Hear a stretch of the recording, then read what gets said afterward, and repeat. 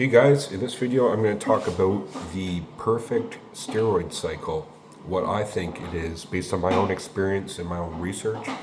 And so what does it mean by perfect? I'll just get right into it is, the one that's most safest and effective. Now, doing steroids is not technically safe, okay? Especially if you don't know what the hell you're doing, okay?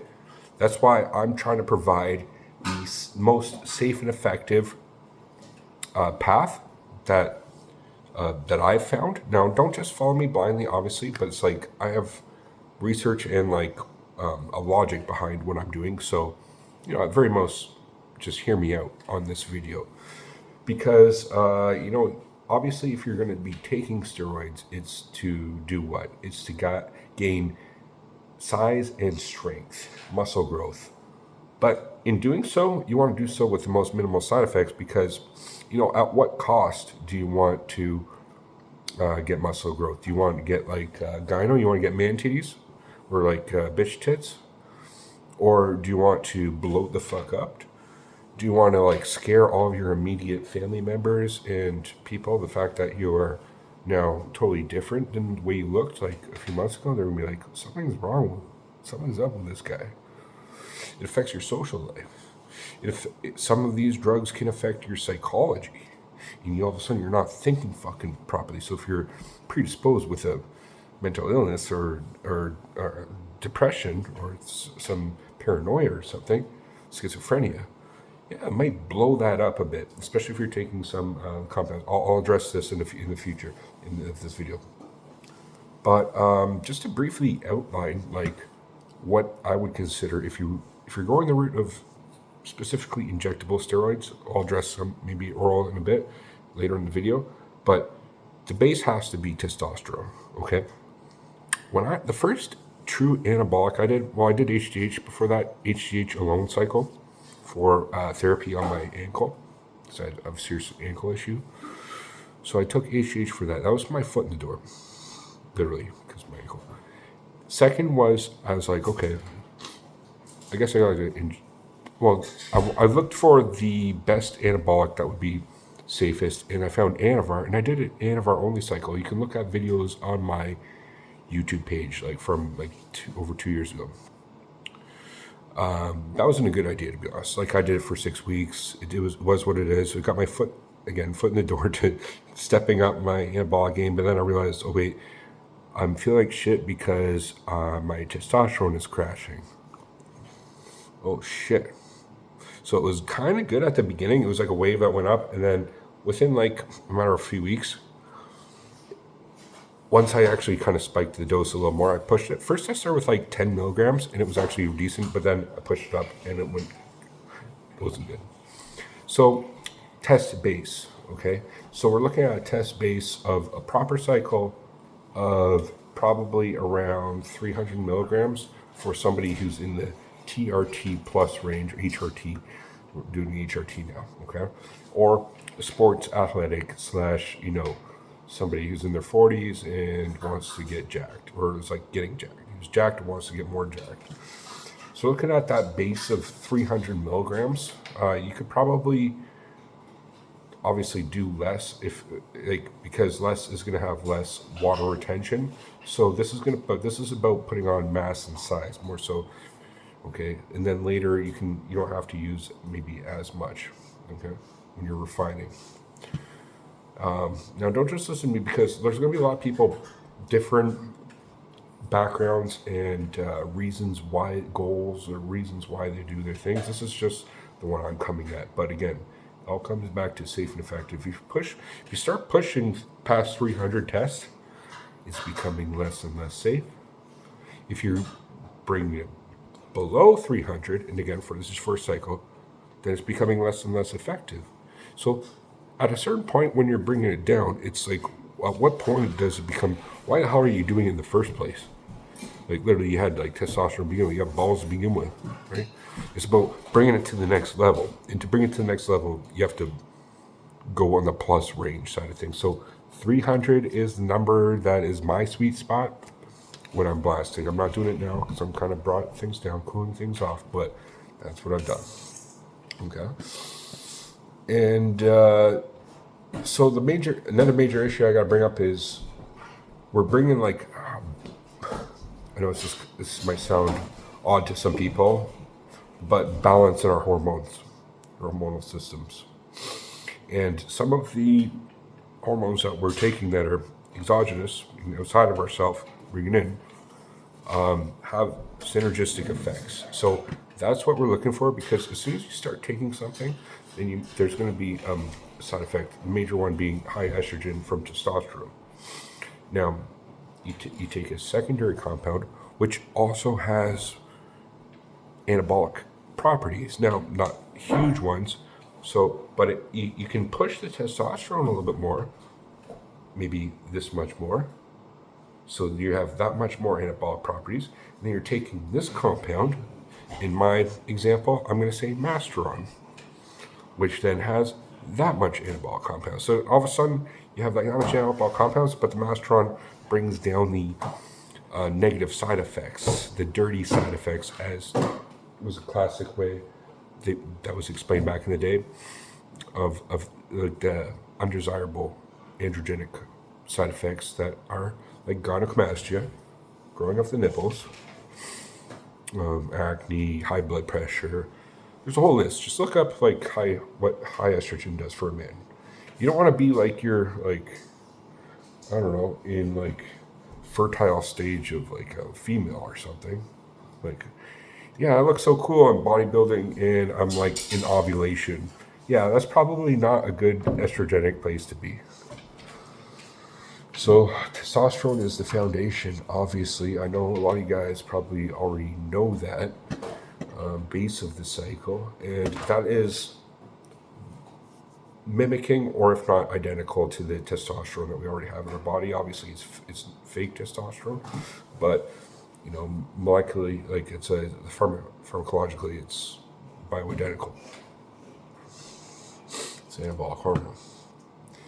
So 300 is both moderate and effective. So we're avoiding as already mentioned, the excessive estrogen conversion, but the anabolic compounds are going to be significant, to say the least, especially when you have your diet and training on point. And that's going to be great for muscle building, recovery, and overall strength. Your strength is going to skyrocket on 300 tests, 100%. As long as everything else is checked. If you're doing 300 tests and you're doing nothing, then sitting your ass all day, then yeah, it's probably not going to do anything. Well, you might feel better. I wouldn't recommend it though, for just that reason.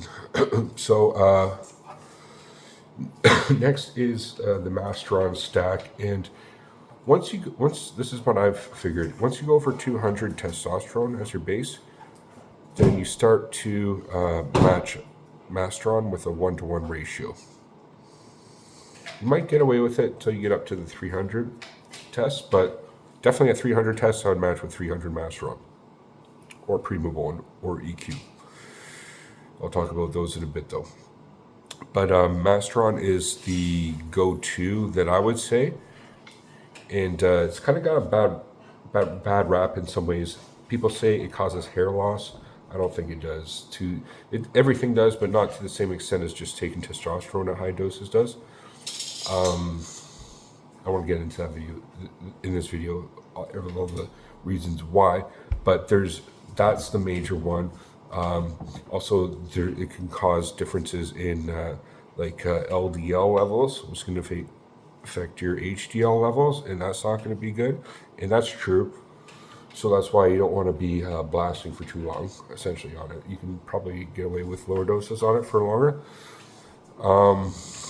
What else about it then? It's DHT derived kind of, it is steroid, as opposed to testosterone steroid. So, but that has its benefits. That's the type of thing I was talking before about synergy that you want to have alongside the primary compounds, always testosterone. That's the base. That's the primary compound. Unless you're doing androgen only cycle, but I would not recommend that at all. So, the secondary compound I would recommend a DHT1. Right. But you're going to have a lot better balance. You're going to be a lot better balanced when you're at 300 or pushing 300 testosterone. Say maybe 400, 500 if you want to go there. I would recommend it, to be honest, because now we're not getting into the safe and effective. We're just getting to effective range, not safe. But 300, yeah, match it with 300 Masteron. You'll be gold. You feel golden. Masteron has a lot of great other side effects that a lot of people don't talk about. The masculinization you'll feel on it. Really good. And confidence and sex drive. Lastly, so I talked about primary, secondary, now third. What do you call it? Tertiary? Third-iary? I don't know. Something like that, right? Anyway, the third compound that you're going to be adding to the mixture, and this is on a blast, and this is, again, safer and effective. Nothing safe, but safer and effective. The last one is going to be a nandrolone, a NOR19 compound. Now, the one I would choose is NPP over DECA. Nandrolone phenylpropionate over the decanate, because just the fact that it's a shorter ester, you can introduce it and exit it a lot quicker. You can run shorter cycles even on it, or longer cycles, and you're already injecting at this point. I do it every other day. Like, that's what I recommend. Some people recommend every day because of the fluctuations. Some people do twice a week. I think that's not great to do twice a week, because you're going in major fluctuative states on esters that are like 4 or 5 days long. But something running like test sip, Masteron propionate, and nandrolone phenylpropionate every other day, 150, 200, well, we're going to say 150 to 300. 150 would be the low end, 300 the high end of testosterone. Again, with Masteron, maybe if you're running 150 tests, maybe just do 100 Masteron. But little nandrolone, anywhere from 50 milligrams a week to 200 milligrams a week, I would recommend. When you start pushing past 200 milligrams, you're going to run into some psychological issues, potentially. Anxiety and not great. Yeah, anxiety is stress, like not great stress, psychological stress from it. Under 200, you might experience some psychological benefits from it. I'm telling you, like, I think it adds a bit of more of an edge to your persona and like the way you train and everything. And it is a primary mass and strength builder. Nandrolone is. And you don't need much of it, because you're already taking 300 tests and 300 Masteron, which the anabolic properties of that alone are pretty good. Now we're just adding a little something else for the cumulative sum of anabolic properties, and nandrolone's icing on the cake on that one. But you don't need much. I wouldn't like, all of a sudden we don't need to just take a bunch of nandrolone, because that's going to cause other issues such as prolactin, which could cause man titties, as well as other issues, okay? So I'm going to bring this to a conclusion. That's my perfect cycle, I would think, for a blast cycle. If you're cruising, you might only do just 150 tests or 200 tests. That's totally fine too. Just for, a long period of time, you'd be totally fine on that. And HGH, I should mention HGH, yeah. HGH on top of that, but that's not a steroid, right? So it's like a anabolic, but it's not a steroid. So I didn't want to address that, but yeah, you should probably take like 4 IUs of HGH when you're blasting, at least. Otherwise, as I heard it from actually Dr. Todd Lee, you're just running a race with 1 foot, essentially. You're running a one-footed race if you're not taking HGH. Right now, I'm not taking HGH, but I plan to in the near future, once a year. I'm going to start that up again. So in conclusion, why does this stack work? Testosterone base, a good base of testosterone. Masteron to control the potential estrogen conversion. A lot of people are different at that. Some people are high estrogen converters, some are not. But 1-to-1 ratio, I think it'd be safe at 300, no matter where you're at on the estrogen conversion. Maybe low likelihood you might crush your estrogen, but I doubt it. But hey, get blood work then. And then lastly, the NPP for the strength and size. On top of that, fullness, 3D effect, and maybe there's some other joint support also on top of that. But so that's it. But my last point, I guess, is compare it to other compounds that you potentially, hypothetically, could also take that's safe and effective. And that would be Primobolan, I guess, would be the major one. And that's a very popular one right now. And I don't think you can go wrong with that, like taking a 300 test Primo cycle. It's a bit more slow burning, and it's not as noticeable. I believe the test in NPP, you're going to see noticeable benefits within like 2 weeks. You're going to be like, feeling it. Not like super crazy, obviously it takes some time to develop your muscles, but you'll notice it quickly. Fullness. The Primobolan is a bit more slow burn. It's a bit more, I think, drier, It's a bit dry. Not as dry as maybe Masteron, but it's pretty dry. And then the other one is taking something like Anavar on top of it. Like somebody who does like a test only at like 200, say, might twice a year take 6 weeks of taking Anavar on their cycle while they're in a hard period of training. And to be honest, that wouldn't be a bad idea. That would do the trick.